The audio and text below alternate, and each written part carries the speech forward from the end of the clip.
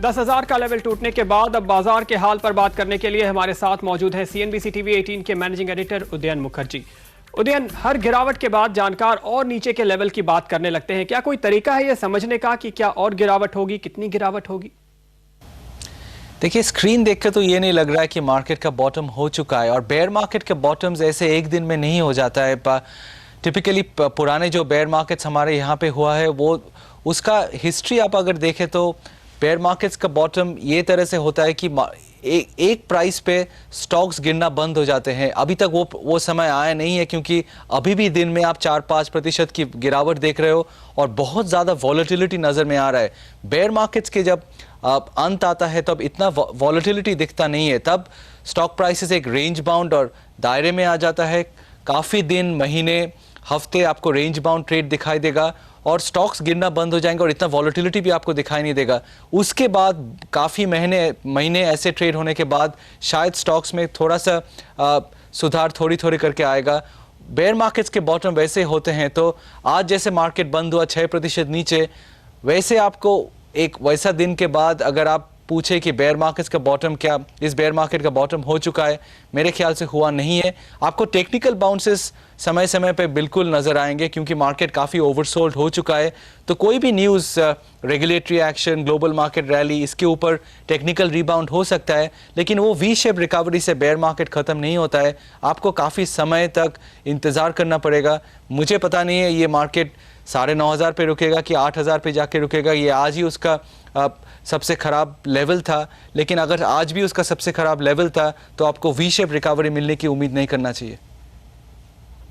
उदयन, काफ़ी निवेशकों ने 20,000 के करीब पैसे लगाए थे, वो अब तक फंसे हैं। कुछ ने गिरावट में खरीदारी की 15,000, 14,000, 13,000 पर, वो भी फंसे हैं। अब क्या करें? देखिए, शायद अभी बेचने के लिए काफ़ी लेट हो चुका है। आप अगर 20,000 या 15,000 से अटके हुए हैं और अभी आपको 10,000 में बेचने का सोच रहा है, तो वो सही बात नहीं है। अगर मार्केट को और 10-20% गिरना है, 8,000 तक जाना है, 8,500 तक जाना है, वो आखिरी 15% होगा फॉल का। आखिरी 15%, जैसे मार्केट जब ऊपर जा रहा था 20,000 पे खरीदना उचित नहीं हुआ था। अभी 10,000 के नीचे बेचना भी शायद मेरे हिसाब से उचित नहीं है। खरीदना है तो बहुत ही धीमे तरीके से खरीदे, क्योंकि बेयर मार्केट का एंड में अगर आप खरीद रहे हो तो आपको जल्दबाजी में खरीदना नहीं चाहिए, क्योंकि बेयर मार्केट जब ख़त्म होता है तो उसके बाद बहुत ज़्यादा जल्दी से रिकवरी होता नहीं है। तो आपको कोई ऐसा धारणा नहीं होना चाहिए कि मार्केट आप अगर आज नहीं खरीदा तो मार्केट यहाँ से भाग जाएगा और आप अपने स्टॉक खरीद नहीं पाएंगे। सो अगर आपको खरीदना है तो थोड़ी धीमे तरीके से खरीदे। जब स्क्रीन आपको ये बताए कि स्टॉक्स का गिरना बंद हो चुका है तब जाके खरीदे। अभी हर फॉल में खरीदना मेरे हिसाब से ठीक नहीं है, और बेचने के लिए तो मेरे ख्याल से बहुत लेट हो गए। आप अगर 9,900 तक रुक चुके हो बेचने के लिए, आखिरी 1,000-2,000 पॉइंट में पैनिक में बेच के निकलना मेरे हिसाब से बहुत अकल की बात नहीं है। और जो लोग पैसे लगाने के इंतजार में हैं, उनके लिए निवेश का मौका कब आएगा? देखिए, ये बताना काफ़ी मुश्किल है, क्योंकि अभी एक बहुत ज़्यादा डाउनवर्ड मोमेंटम दिख रहा है और काफ़ी ज़्यादा सेलिंग भी नज़र आ रहा है। ये बताना बहुत मुश्किल है कि किस स्तर पे ये सेलिंग थोड़ा कम हो जाएगा और किस स्तर पे आप थोड़ा बाइंग देखेंगे। ये तो प्रेडिक्ट करना काफ़ी मुश्किल है। लेकिन आप पिछले बेयर मार्केट को देख ले तो करीब 9 PE मल्टीपल पे जब मार्केट पहुंच जाता है, उसी के आसपास थोड़ा सपोर्ट दिखता है। तब लगता है कि कोई सपोर्ट आ ही नहीं सकता, लेकिन आ जाता है 8-9 PE मल्टीपल पे। इस मार्केट का आप अर्निंग्स अगर 950 रुपये, 925 रुपये पकड़ ले तो आपको 8,500, 8 से 8,500 सेंसेक्स के बीच में वो 9 PE मल्टीपल आ जाएगा, जो पिछले बेयर मार्केट में वो लेवल्स पे मार्केट बॉटम कर चुके हैं। तो वैल्यूएशन की तरह से आपको वो सब लेवल्स पे ध्यान रखना चाहिए। और आप आजकल बहुत बड़े रिलायंस, L&T जैसे बड़े स्टॉक्स में क्रम्बलिंग या बहुत खरीदारी नज़र आ रहा है। वो स्टॉक्स में अगर और 10-20% के गिरावट आ गए तो आप थोड़ी करके निवेश का सोच सकते हैं, लेकिन मेरे हिसाब से ये मान के ना ही इन्वेस्ट करें कि आप बॉटम पे खरीद रहे हो, क्योंकि एग्जैक्ट बॉटम प्रेडिक्ट करना काफ़ी मुश्किल है मेरे हिसाब से।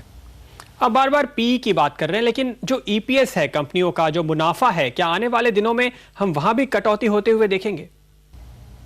बिल्कुल है, और ये बहुत ही सही बात है कि अभी तक बहुत एनालिस्ट्स और कंपनीज को भी मेरे हिसाब से पता नहीं था कि कितना सिवियर अर्निंग्स डैमेज हो सकता है।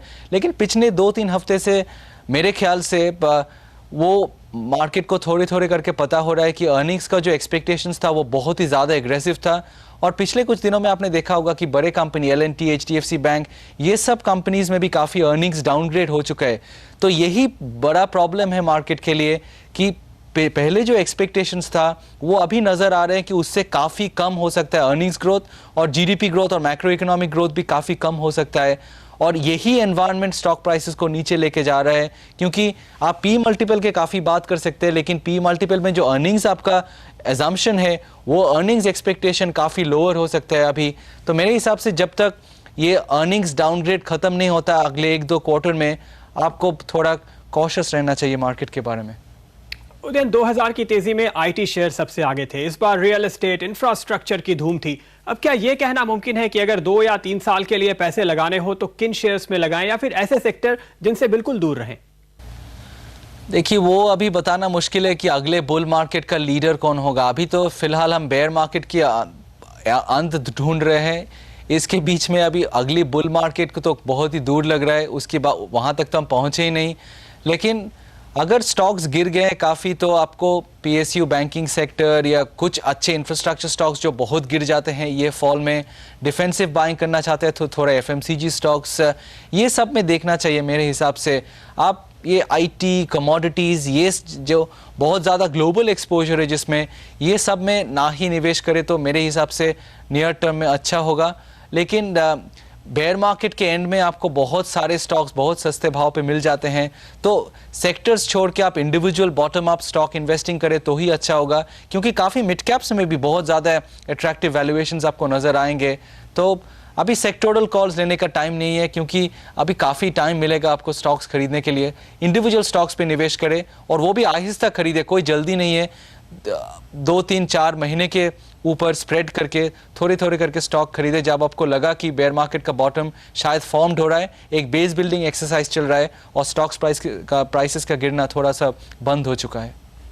बहुत बहुत शुक्रिया उदयन आपका इस पूरी बातचीत के लिए।